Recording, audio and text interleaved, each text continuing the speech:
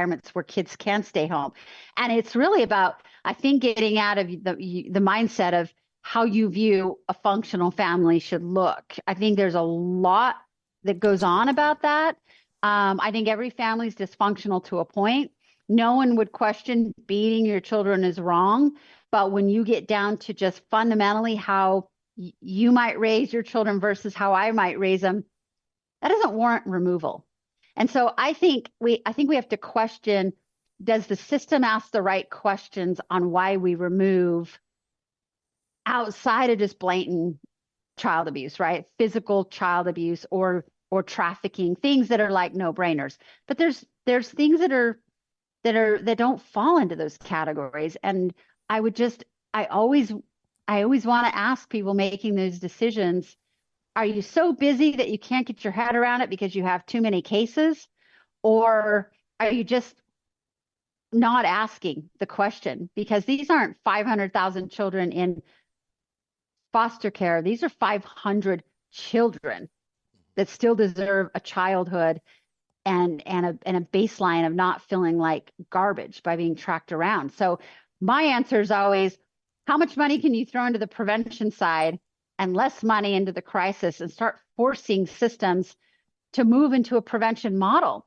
But we're always in such a crisis of having, you know what I mean, having to take care of that side, that it's such a backward system that's unfortunately driven on policy. Yeah, and there are a lot of stories that I've heard also of kids who are not only removed from the home because of things like that, but also because parents need to work and they're like listed as neglected, and they don't, and yet there isn't childcare that they can rely upon.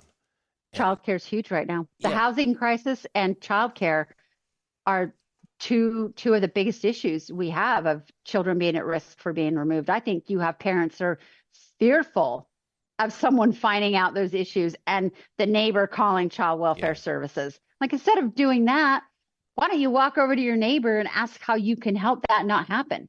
Is there an option that can, I don't know. Yeah. Like, can we have a conversation though about it? Like, instead of just pointing the finger that the way you're parenting is wrong. Yeah. I don't know. Most Americans are 2 paychecks away from being homeless. Have you been in a situation, right? You know what I mean? Right. I just think that those questions have to be more in line with where we're really at. Right. And not where we just hoped everyone was going to be by now. And in terms of the response, maybe the response should be, well, maybe we could hook that parent up with some childcare as opposed to removing the child. maybe right. we could are there support some vouchers them. we can give you for that? Yeah. Before you're on this side of things and you so far down the path, you start to believe maybe I'm not supposed to be a parent. Maybe I'm really not that good at it. Because if you don't work, if you're not bringing in money to support the child, what are you supposed to do? You're in danger on that side of things too. And we can't afford them in the system anymore, and that's where you're going to put them. Yeah. So I'm all about where can we just dump more into prevention, less into crisis management, force people into situations of having to be on the prevention side and partnering with our nonprofits that are filling gaps. It's a much better model than what we've had in, I just turned 50 last summer, and I was in child welfare when I was 9. Yeah. So I can tell you not that much has shifted in the past 40 years. Wow. From when I was, a lot has gotten better. But for 40 years, it's not that significant of a gap that some of those really uncomfortable conversations should be had. Absolutely. Right? Absolutely. And it really seems like in order to help kids, we have to start by helping parents.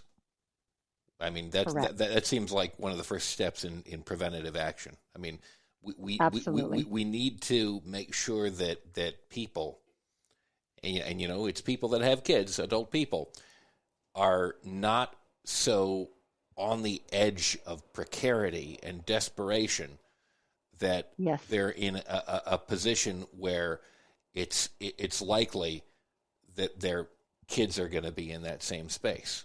So let's help people. I mean, it really is. I think one of the things you're indicating is this is part of a much larger problem that Yeah, our society has, and that I we're I not believe only that. not helping, we're not only not doing a good job of helping kids, we're not doing a good job of helping people and making sure that they don't fall between the cracks, because kids Yeah, are just little people.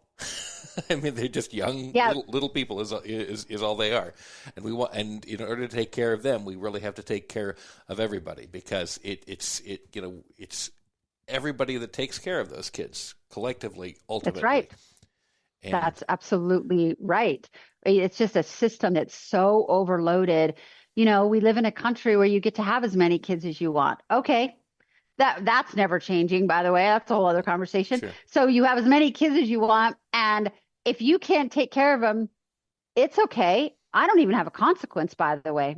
I can I I can pawn them off to someone else. I don't even have a consequence if I don't, right? If I can't take care of my children, there's a system that can. So it's there's no balance between all of that. And so and then, we can't solve that because we're not going to change our constitutional human rights anytime soon. So I feel like there's got to be, like you said, there's got to be the help the parents, because that's where it's at. I had a young boy, he was age of 12, come up to me at a book signing, and I could see him, settle people down line waiting. And it's always one of those, what are they going to say? Because he just kind yeah, of had like this, he was yeah, antsy, and I was like, oh, he's going to say something. nervous, And right? he came up, and sure enough, he's standing right in front of the table, and he said, his mom leaned in and said, he's been waiting to meet you for a very, very long time. And I introduced myself and I said, hey, buddy, nice to meet you. And he said, you're my hero. And I said, why am I your hero? I don't think I've ever met you before. And he said, I stayed at one of your shelters and I just want to say thank you. And I've been wanting to talk to you for a long time. And his mom was very, very emotional. She just could barely hold it together. And I said, may I give you a hug? And he said, yes. And he came over and he gave me a hug and he wanted my picture. And I asked the mom, so what happened? Are you an adoptive parent? Are you fostering him? And she said, no, I'm his biological mom. And it took me 2 years to get him back. And all he talks about is his time at one of your shelters and how special it was. And I gave her a hug and I walked and I told her thank you, because I didn't have parents that fought that long and kept me, and how Yeah, brave that was of her in a system that isn't set up to really help her a lot. And I walked over to the boy and I said, hey, buddy, thank you so much. It was so nice to meet you. But I want to tell you something. I'm not your hero. Your mom is your hero. She worked really, really hard to make sure you could stay with her because she loves you so much. And she cried so hard because she said, everyone has been so hard on me for everything I've done wrong. And yeah, no one has just stepped out and said, good job getting it together. yeah, And they don't have to. I mean, they don't have to. But at the end of the day, yeah, you kind of do. You kind of should say, I don't know your story. I don't know what happened to you. But man, you worked really hard to do whatever you needed to do to get him back and keep him out of the system. And kudos to you. That's pure bravery, and that's who your hero is. And it really made me think about all this we're talking about and what we do and how we manage to it. And a lot of that is just perspective. People are very quick to judge what should and shouldn't happen to your neighbor's children. And we don't know. Everything we think we know, I can guarantee you there's a whole list of what we don't know. yeah. And it's not a fair balance. No, it's So not. There's always something else going on in the background that you don't know about, and that's true yeah, of every yeah. one of us. Celeste Edmunds, the author of Garbage Bag Girl, tell us where we can find the book, and tell us more about where we can find information on the Christmas Box International. Yes, please. So the book is on Amazon and it's available with the buying the book, or it's on Kindle, and it is on Audible. I get asked that a lot. I did record it myself. And so that's all available on Amazon or my website, celesteedmunds.com. But our organization, if you want to learn more about what we do, is thechristmasbox.org. And we would love, you can find my information in all those places. And I would love to have a conversation with anyone that would like to do that. That's great. Celeste Edmunds, thank you so much for what you do. And thanks for being with us today on Facepalm America. Thanks for having me. Thanks so much for listening today. I want to thank Ace Elson and Rosabelle Hine for being the producers of this program. Please share this program on social media so your friends can listen. Tell them about it. And until next time, enjoy the day.